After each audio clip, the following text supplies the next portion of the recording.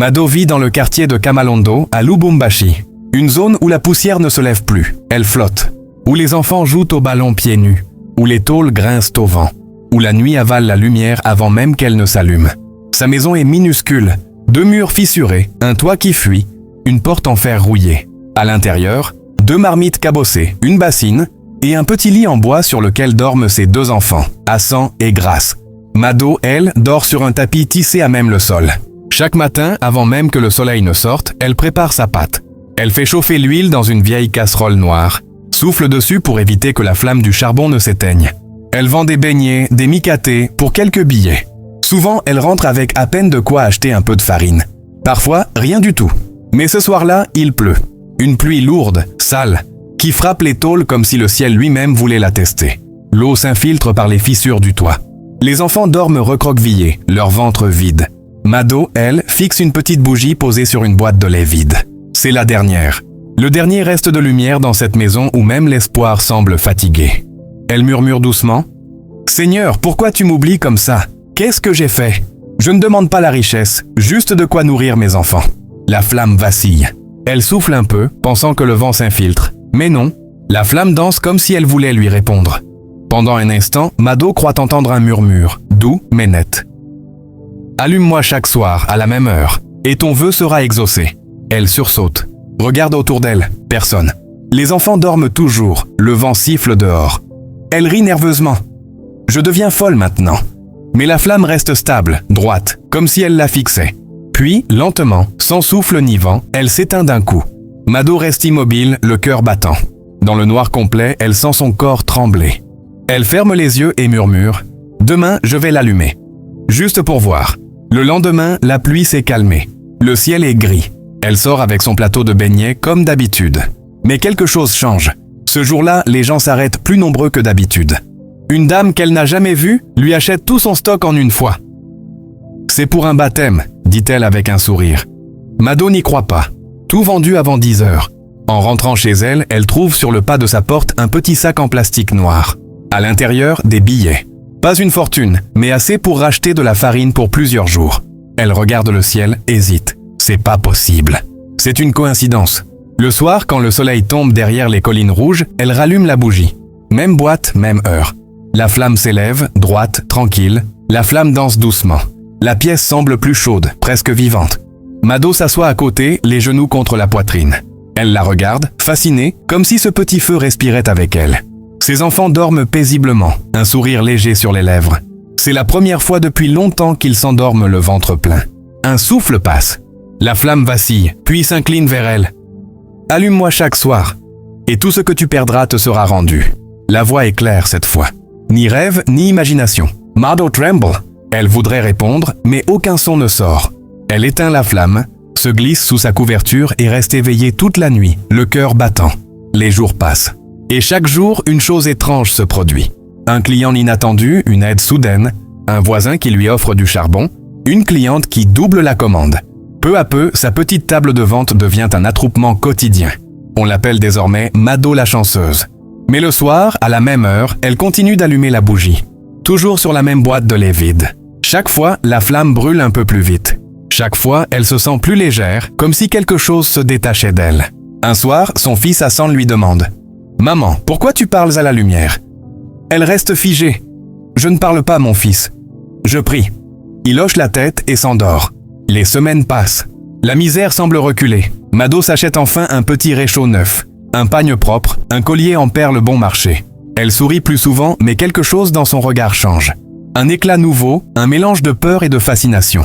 Un soir, alors qu'elle allume la bougie pour la 15e fois, elle remarque une chose étrange. L'ombre de la flamme se reflète sur le mur fissuré, mais elle n'est pas seule. Une deuxième ombre bouge à côté. Plus grande, plus sombre. Elle recule lentement. Qui est là ? La flamme se tord comme une bouche qui sourit. Tu as tenu ta promesse, Mado, et moi, je tiens la mienne. Un courant d'air traverse la pièce, les murs vibrent légèrement. Les enfants se réveillent, terrifiés. Mais la bougie, elle, reste droite, stable. Une lumière douce éclaire la pièce entière, presque rassurante. Le lendemain matin, Mado sort dans la rue.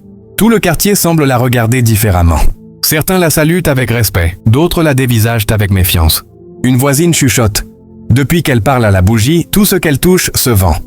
Mais Mado n'écoute plus. Elle marche d'un pas calme, ses yeux fixés sur le marché comme si quelque chose de plus grand la guidait. Ce soir-là, quand elle allume à nouveau la bougie, la flamme prend une teinte dorée. Presque belle, presque divine. Mais derrière sa beauté, il y a une ombre.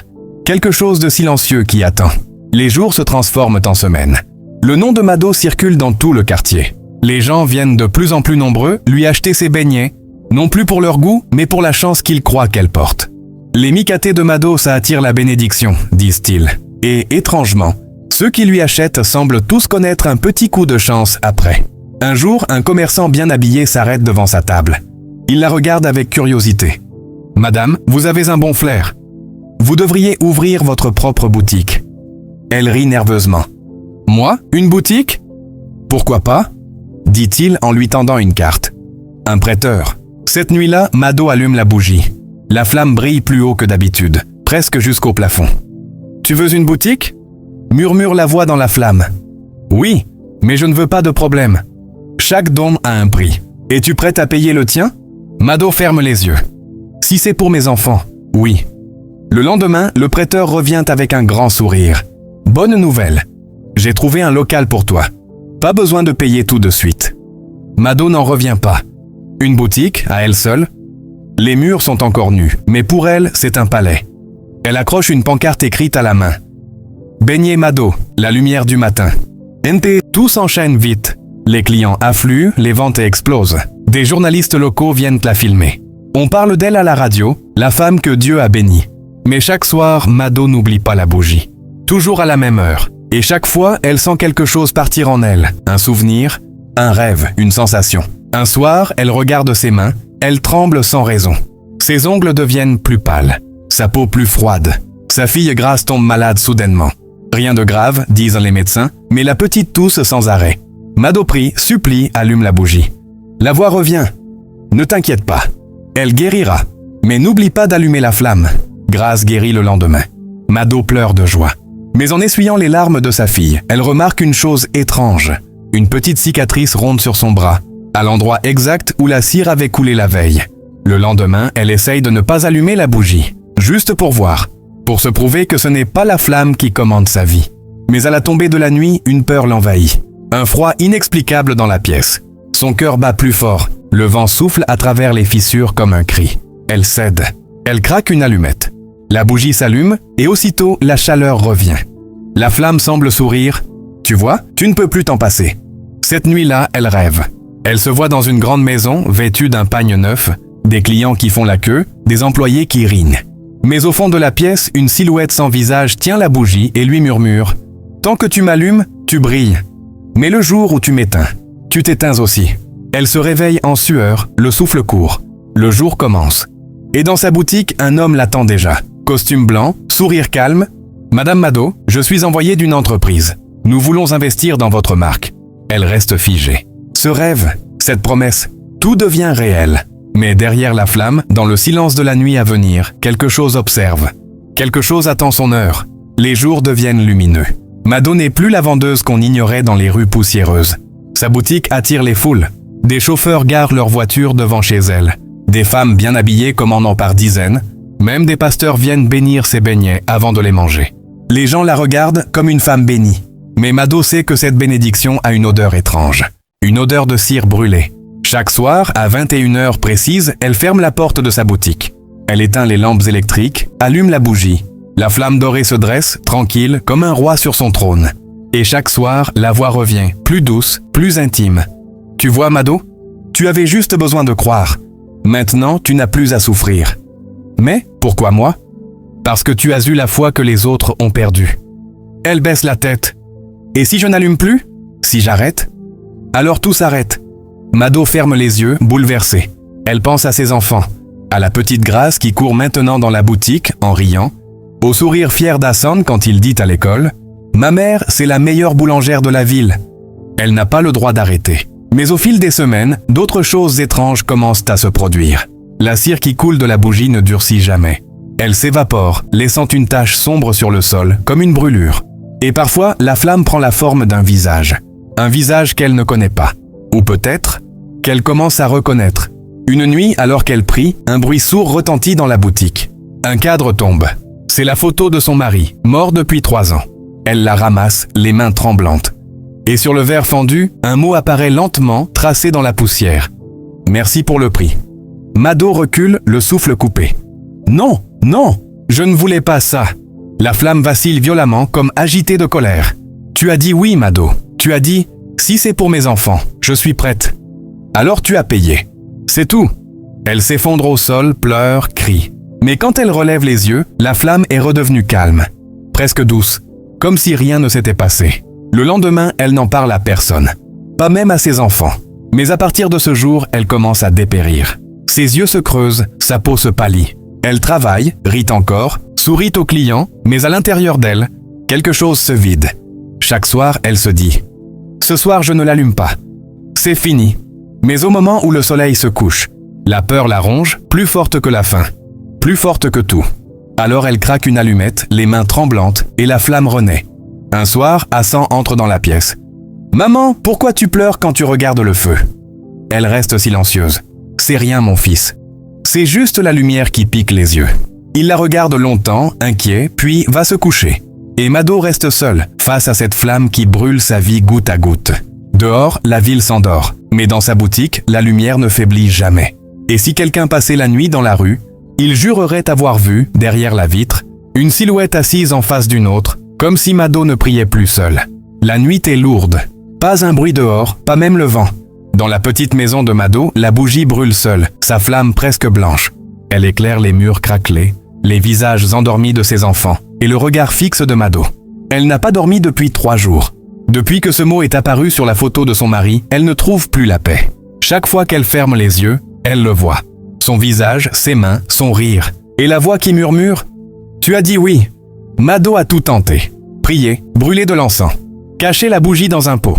Mais rien n'y fait. À chaque coucher du soleil, elle ressent la même pression dans la poitrine, le même froid qui monte du sol jusqu'à son cœur. Alors elle cède. Toujours. Un soir, elle décide d'en parler. Elle se rend à l'église du quartier, demande à voir le pasteur. Un homme calme, la cinquantaine, lunettes rondes, sourire bienveillant. Elle s'assoit devant lui, les yeux baissés. « Pasteur, il se passe des choses chez moi. Depuis que j'allume une bougie, tout a changé. Ma vie, mes enfants, mes ventes, mais je sens qu'il y a quelque chose de mauvais. » Le pasteur l'écoute sans l'interrompre. Quand elle finit, il reste silencieux un long moment. Puis il dit simplement « Tout miracle qui te fait trembler n'en est pas un. Ce que tu as, ce n'est pas une bénédiction, c'est une dette. » Elle frissonne. « Que dois-je faire ? Éteins cette bougie et ne la rallume jamais. » Elle hoche la tête. Mais au fond d'elle, elle sait. Ce n'est pas si simple. Ce soir-là, elle rentre, pose la bougie sur la table. Elle regarde la flamme vacillante, respire profondément, puis souffle d'un coup. La flamme s'éteint. Une odeur âcre envahit la pièce. Le silence est lourd, presque étouffant. Elle reste debout, les yeux fixés sur la mèche fumante. Rien ne se passe. Pas de voix, pas de bruit. Elle sourit, soulagée. Peut-être que c'était juste ça. Peut-être que c'est fini.